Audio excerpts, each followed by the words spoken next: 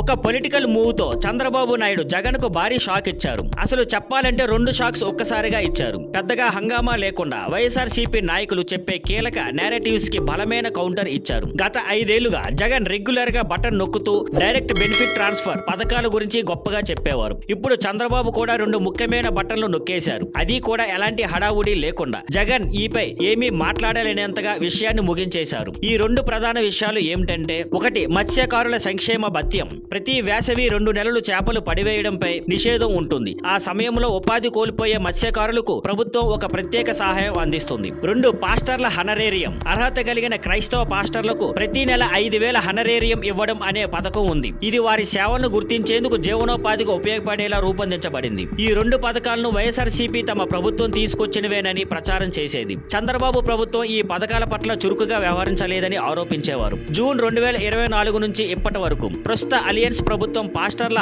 హనరేరియంపై ఎక్కువ దృష్టి పెట్టలేదు. గతేడాది ఏప్రిల్ జూన్ మత్స్య నిషేధ సమయంలో ప్రభుత్వం మారిన ఎలాంటి ఆర్థిక సహాయం ప్రకటించలేదు. అదే సమయంలో వైఎస్ఆర్సీపీ విమర్శలు చేసింది. ఇప్పుడు చంద్రబాబు హఠాత్తుగా నిర్ణయం తీసుకొని వైఎస్ఆర్సీపీకి పూర్తిగా చెక్ పెట్టారు. గురువారం రాత్రి ఆయన 30 కోట్లు విడుదల చేసి పాస్టర్ల పెండింగ్ హనరేరియాన్ని క్లియర్ చేశారు. అంతేకాదు, ఎన్నికల సమయంలో హామీ ఇచ్చిన మత్స్యకార భరోసా పథకం కింద ఏప్రిల్ 26న ప్రతి మత్స్యకారునికి 20,000 రూపాయలు ఇవ్వబోతున్నాం. జగన్ ప్రభుత్వంలో ఇది 10,000 రూపాయలు మాత్రమే ఇచ్చేవారు. ఈ 2 కీలక నిర్ణయాలతో అలియన్స్ ప్రభుత్వం విమర్శకుల గొంతు మోయించింది. జగన్ వైఎస్ఆర్సీపీ నాయకులను మాట్లాడటానికి ఏ అంశమూ మిగలలేదు. Thank you for watching. Please like, share and subscribe.